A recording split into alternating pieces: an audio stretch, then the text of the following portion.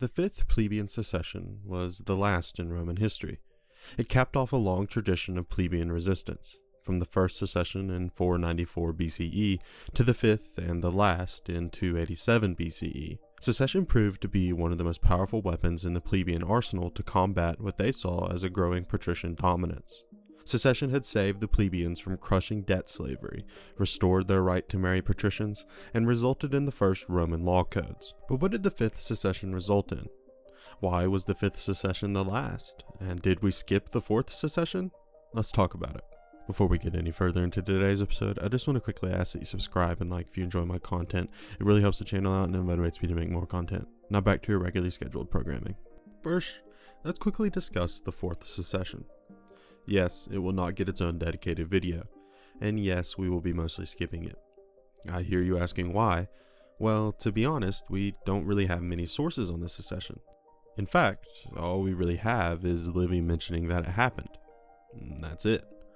We do have some records that indicate a military revolt occurred in the same year, the year being 342 BCE, and some historians believe the two events are linked. I am personally not so sure. We do know that this secession, or at least some event linked to it, caused the passage of the Legae Genesii. These laws were passed by Lucius Genesius, the tribune of the plebs. These laws banned any loans that carried interest, once again to fight debt slavery. They forbade anyone from holding two magistries at the same time or within 10 years of each other. And lastly, and most importantly, confirmed that plebs could be elected to either of the consulships. Now, I hear what you're saying. Why are you not going to cover that? It seems like a pretty big deal. And I would certainly say that it was. However, we should also note here that this didn't mean that suddenly any Roman citizen could be a consul. Instead, this law, and the other laws around plebeians and the consuls, mostly allowed for the most influential plebeian families to basically control one of, or sometimes even both, of the consulships. Consider this. Prior to the election of Cicero as consul in 63 BCE, only 15 novi homines, meaning men who had never had an ancestor or relative serve as consul or in the Senate, were elected. Just 15 over the centuries that this law was in place. So was this law important? Certainly. Did it suddenly mean that any Roman citizen could be consul? No. In reality, this law really just created what was essentially another Roman class. This class was filled with plebeians who were rich and influential enough to secure office, but didn't have the ancestral pedigree to be patricians. So then why am I not devoting an entire video to the fourth secession? Well, firstly, we have next to no information on what exactly happened during the fourth secession. Keep in mind that Livy, our primary source, was writing centuries after the events, and we've even lost his records on the fourth secession. But with what we do have, it reads to me like Livy had enough information to realize that these series of laws were passed in 342 BCE, but didn't have enough information to determine what the circumstances were to facilitate their passage.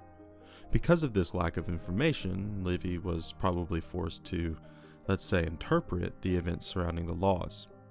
This is all mostly to say that I have my doubts that this fourth secession even occurred. I really believe this mostly to be an event of probably Livy's own creation. After all, when you see a bill like this passed in a time when Rome was still dominated by patricians, shouldn't there have been some serious event that pushed the passage of the bill forward? Well, Livy certainly seems to think so, and truthfully I do too. I just doubt Livy's version, and because of that, I don't feel comfortable bringing you a video about a topic that is nearly impossible to say what happened with any certainty. I hope that makes sense. Secondly, these laws, while certainly important, are also sort of overshadowed by other events. We will talk about those events as this whole series moves forward, so stick around for that. Okay, now we can move on to the fifth secession.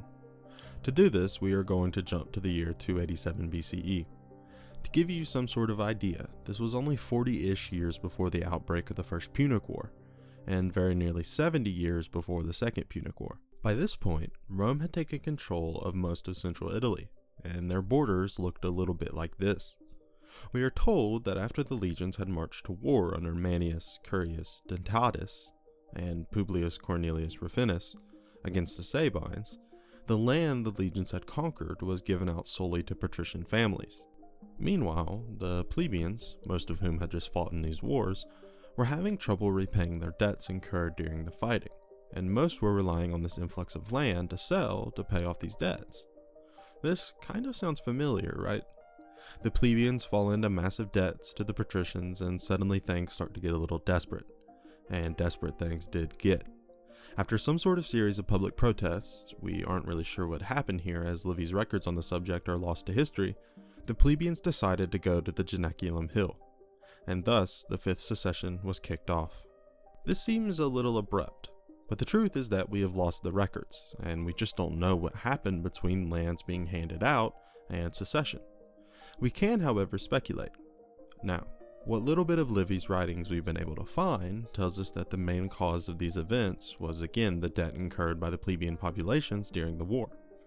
There probably is some truth to this, as Rome, even after the other secessions which tried to wipe it out, was always a city and nation built on debt.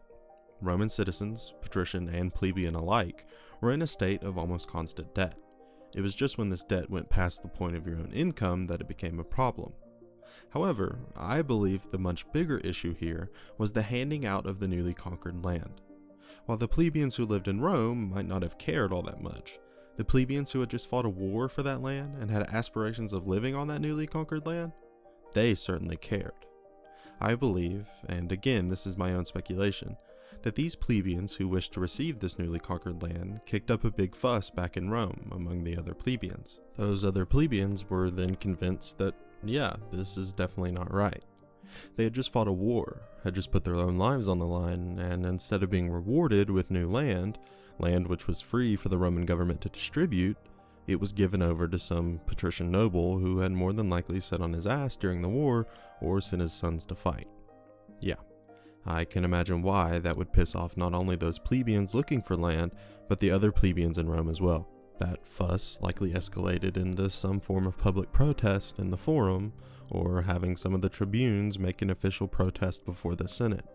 And when those were ignored, the plebeians turned to the good old trusty method of just leaving the damn city. In any case, we now had a crowd of plebeians camped out on the Janiculum Hill. They were demanding loans be paid off or forgiven, and land be handed out to veterans. Or at least that is what we think.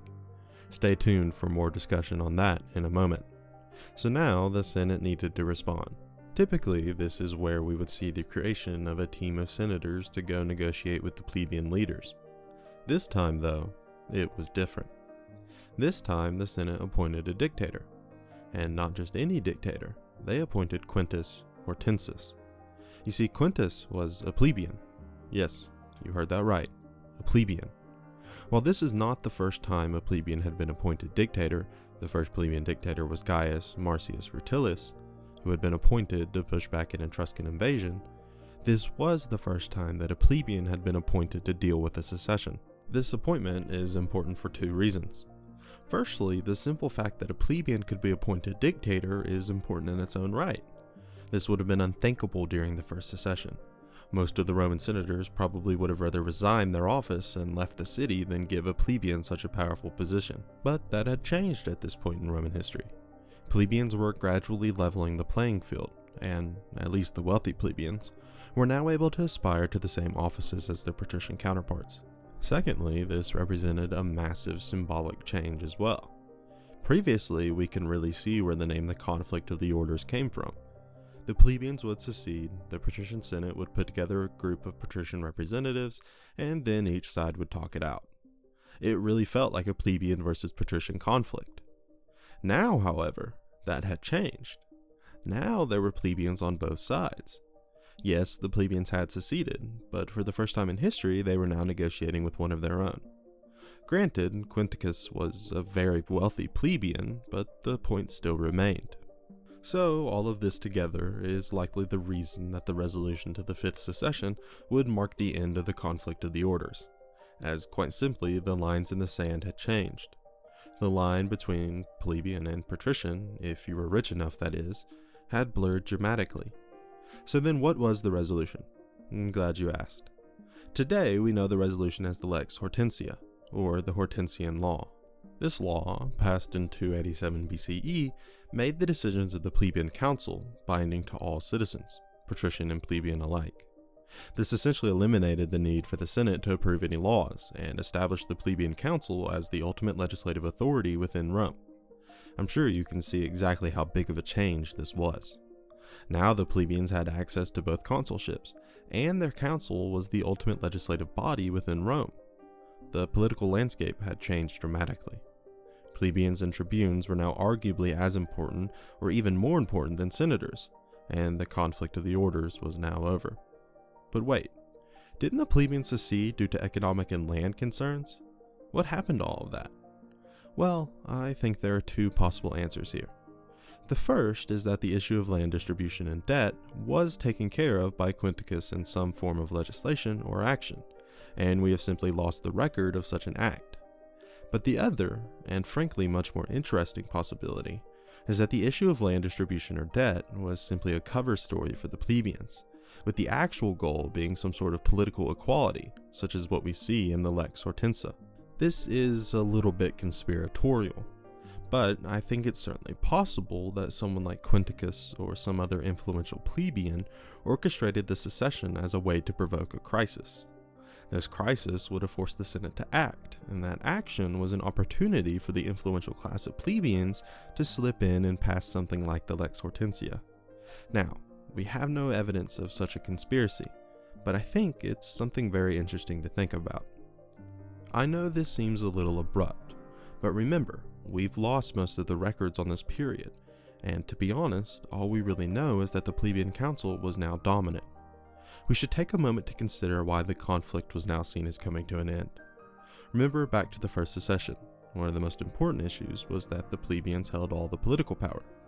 They controlled the Senate, both consulships, and held massive sway over the rest of the population due to their wealth and the massive amount of loans given out. But now, after the fifth secession, the entire landscape had changed. Plebeians could now gain both consulships, and their own council, where only plebeians were allowed to vote, was now the preeminent legislative authority within Rome. The plebeians had quite literally went from no say within government to a leading force within the same government. I would certainly call that a success, and I'm sure the plebeians thought the same. The Secessions of the Plebs, or the Secessio Plebis, were some of the most important events in the early republic. Not only did they lead to an entirely new social order being built in the end, they provided a stable enough platform for the republic to launch off of.